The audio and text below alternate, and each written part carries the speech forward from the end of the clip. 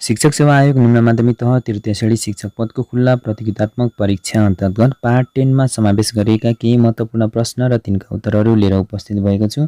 आउनुहोस् भिडियोमा हेरौँ है त। प्रश्न नम्बर 1, चीनलाई मात्र छुने नेपालका जिल्लाहरू कतिवटा रहेका छन्? अप्सन ए 12 वटा, अप्सन बी 13 वटा, अप्सन सी 15 वटा, अप्सन डी 16 वटा। अप्सन बी चाहिँ सही उत्तर रहेको छ 13 वटा र यहाँ चीन र भारत दुवैलाई छुने जिल्लाहरू चाहिँ 2 वटा रहेको छ, दार्चुला र ताप्लेजुङ रहेको छ। भने चीनलाई छुने जिल्लाहरू चाहिँ 15 वटा रहेको छ। यहाँ कसरी चीनलाई छुने जिल्लाहरू चाहिँ 15 वटा र चीनलाई मात्र छुने जिल्लाहरू चाहिँ 13 वटा भयो भन्दाखेरि यहाँ चीनलाई छुने जिल्लाहरू अन्तर्गत चाहिँ यहाँ चीन र भारत दुवैलाई छुने जिल्ला दार्चुला र ताप्लेजुङ पनि जोडिन्छ यो 13 मा, त्यसैले यो 15 भयो। तर चीनलाई मात्र छुने जिल्लाहरू चाहिँ 13 वटा रहेको छ। हामीले क्वेशनमा यो मात्र भन्ने शब्दलाई चाहिँ ख्याल गर्नुपर्ने हुन्छ। प्रश्न नम्बर 2, आधारभूत तह कक्षा 1-8 मा कम्तीमा कतिजना शिक्षक दरबन्दी रहने व्यवस्था छ? अप्सन ए 7 जना, अप्सन बी 4 जना, अप्सन सी 3 जना, अप्सन डी 5 जना। अप्सन ए चाहिँ सही उत्तर रहेको छ 7 जना। ओके, यसलाई पनि मैले यहाँ समावेश गर्ने कोसिस गरेको छु। पूर्व प्राथमिक तहमा 1 जना, प्राथमिक तहमा 50 जनासम्म विद्यार्थी भएमा कम्तीमा 2 जना र सोभन्दा बढी विद्यार्थी भएमा कम्तीमा 3 जना।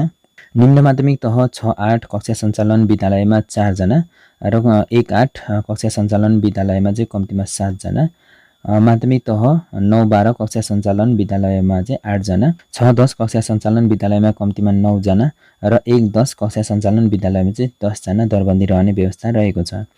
प्रश्न नम्बर 3, बालबालिकाले आफ्नो गति र क्षमता अनुसार रमाइलोसँग सिक्ने वातावरण भएको विद्यालय कस्तो विद्यालय हो?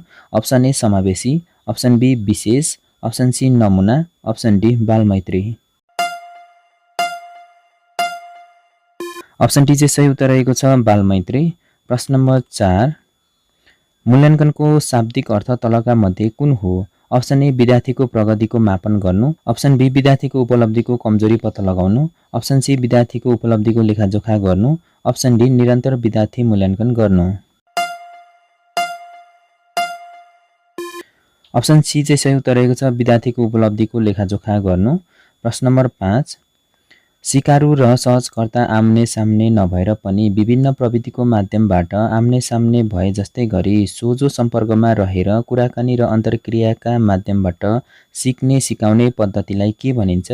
Option A e learning, option B virtual classroom learning, option C multimedia, option D cyber learning. Option B चाहिँ सही उत्तर रहेको छ virtual classroom learning.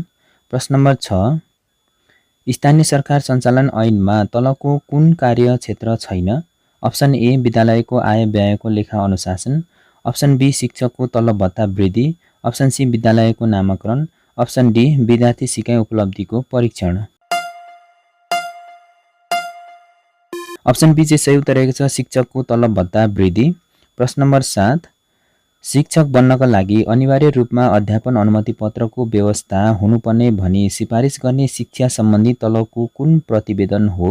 Option A 2049 को प्रतिवेदन, अप्सन बी 2055 को प्रतिवेदन, अप्सन सी 2058 को प्रतिवेदन, अप्सन डी 2060 को प्रतिवेदन। अप्सन सी चाहिँ सही उत्तर रहेको छ 2058 को प्रतिवेदन। प्रश्न नम्बर 8, रुब्रिक्स भन्ने शब्द ल्याटिन भाषाको रुब्रिका शब्दबाट आएको हो भने यसको अर्थ के हुन्छ? अप्सन ए रातो लेख्ने सामग्री, अप्सन बी सेतो लेख्ने सामग्री, अप्सन सी ए र बी दुवै, अप्सन डी कुनै पनि होइन। अप्सन ए चाहिँ सही उत्तर रहेको छ रातो लेख्ने सामग्री। प्रश्न नम्बर 9, दिगो विकासका आयामहरू कतिवटा छन्? अप्सन ए 2 वटा, अप्सन बी 3 वटा, अप्सन सी 4 वटा, अप्सन डी 5 वटा। अप्सन बी चाहिँ सही उत्तर रहेको छ 3 वटा र त्यो के हुन् त भन्दाखेरि 3 वटा आयामहरू चाहिँ आर्थिक, सामाजिक र वातावरणीय रहेको छ। प्रश्न नम्बर 10, शिक्षा नियमावली 2059 अनुसार शिक्षकले उपभोग गर्ने विधा 8 वटा छन् भने प्रकार कति छन्? अप्सन ए 5 प्रकार, अप्सन बी 6 प्रकार, अप्सन सी 7 प्रकार, अप्सन डी 9 प्रकार। अप्सन डी चाहिँ सही उत्तर रहेको छ 9 प्रकार। ओके, यो चाहिँ विधाको प्रकार चाहिँ 9 वटा छ तर उपभोग गर्न पाउने चाहिँ 8 वटा मात्रै छ। यो किन त भन्दाखेरि महिलाको हकमा चाहिँ प्रसुति स्याहार बिदा पाउँदैन र पुरुषको हकमा चाहिँ प्रसुति बिदा पाउँदैन। त्यसैले उपभोग गर्न पाउने बिदा चाहिँ 8 वटा रहेको छ भने प्रकार चाहिँ बिदाको प्रकार चाहिँ 9 प्रकार रहेका छन्। यसलाई पनि एकपटक हेर्नु होला।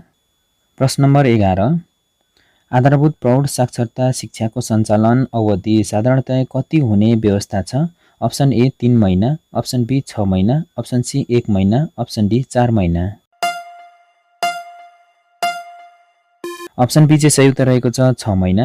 प्रश्न नम्बर 12, वार्षिक शैक्षणिक योजना बनाउने मुख्य दायित्व कसको हो?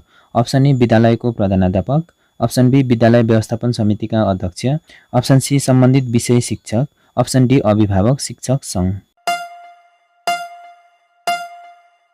अप्सन सी चाहिँ सही उत्तर रहेको छ सम्बन्धित विषय शिक्षक। प्रश्न नम्बर 13, पृथ्वीभित्र रहेको पदार्थहरू तापक्रमका कारण पग्लिएर ज्वालामुखीको रूपमा बाहिर आए चिसिएर बनेको चट्टानलाई के भनिन्छ? अप्सन ए पत्रे चट्टान, अप्सन बी आग्नेय चट्टान, अप्सन सी परिवर्तित चट्टान, अप्सन डी ग्रेनाइट।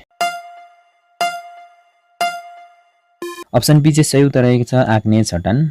प्रश्न नम्बर 14, विद्यालयले प्रयोग गर्ने एकीकृत शैक्षिक व्यवस्थापन सूचना प्रणाली इमेजमा PMT सफ्टवेयरको प्रयोग किन गरिन्छ? अप्सन ए विद्यार्थीको विवरण अध्यावधिकका लागि, अप्सन बी विपन्न लक्षित छात्रवृत्तिको लागि, अप्सन सी कक्षा 8 को नतिजा प्रकाशनका लागि, अप्सन डी विद्यालयको समग्र विवरण अध्यावधिकका लागि। अप्सन बी चाहिँ सही उत्तर रहेको छ विपन्न लक्षित छात्रवृत्तिका लागि। प्रश्न नम्बर 15, धनुष बाण आर्चरी खेल कुन देशको राष्ट्रिय खेल हो? Option A Sri Lanka, option B Bhutan, option C Bharat, option D Bangladesh. Option B चाहिँ सही उत्तर रहेको छ भुटान। प्रश्न नम्बर 16, प्रश्नोत्तर विधिको सूत्रपात सुकरातले गरेका हुन् भने समस्या समाधान विधिको प्रतिपादन कसले गरेका हुन्? Option A John Dewey, option B Kilpatrick, option C Rousseau, option D Pestalozzi. Option A चाहिँ सही उत्तर रहेको छ जोन डिवे। प्रश्न नम्बर 17, नेपाललाई कुन शासकका पालामा 35 जिल्लामा विभाजन गरिएको थियो? Option A Bir Shamsher, option B Prithvi Narayan Shah, option C Bhimsen Thapa, option D Shri 5 Mahendra Bir Bikram Shah. Option A चाहिँ सही उत्तर रहेको छ वीर शमशेर। प्रश्न नम्बर 18, मूल्याङ्कनको साधन जुन ठाउँ वा परिस्थितिमा पनि एउटै खालको हुनुपर्छ र त्यसको निर्माण गर्दा निर्माणकर्ताको प्रभाव पर्नु हुँदैन, यो मूल्याङ्कनको साधनमा हुनुपर्ने कुन गुण हो? अप्सन ए वस्तुनिष्ठता, अप्सन बी व्यापकता, अप्सन सी विभेदीकरण, अप्सन डी वैधता। अप्सन ए चाहिँ सही उत्तर रहेको छ वस्तुनिष्ठता। प्रश्न नम्बर 19, बिरालोमाथि प्रयोग गरिएको सिकाइ सिद्धान्त तल दिएका मध्ये कुन हो? अप्सन ए शास्त्रीय सम्बन्ध सिकाइ सिद्धान्त, अप्सन बी कार्यपरक सम्बन्ध सिकाइ सिद्धान्त, अप्सन सी प्रयत्न र भूल सिकाइ सिद्धान्त, अप्सन डी अन्तर्दृष्टि सिकाइ सिद्धान्त। अप्सन सी चाहिँ सही उत्तर रहेको छ प्रयत्न र भूल सिकाइ सिद्धान्त। प्रश्न नम्बर 20 र आजको अन्तिम प्रश्न रहेको छ, कुन चाडमा भ्यागुताको पूजा गरिन्छ?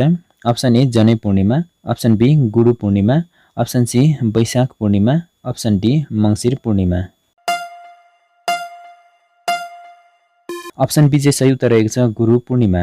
ओके, यसरी नै आजको भिडियोमा पनि 20वटा प्रश्न र तिनका उत्तरहरू समेट्ने कोसिस गरेको छु। अवश्य पनि तपाईँहरूलाई हेल्पफुल भयो होला भन्ने आशा लिँदै यस भिडियोबाट पनि बिदा हुन चाहन्छु। Thank you for watching my video.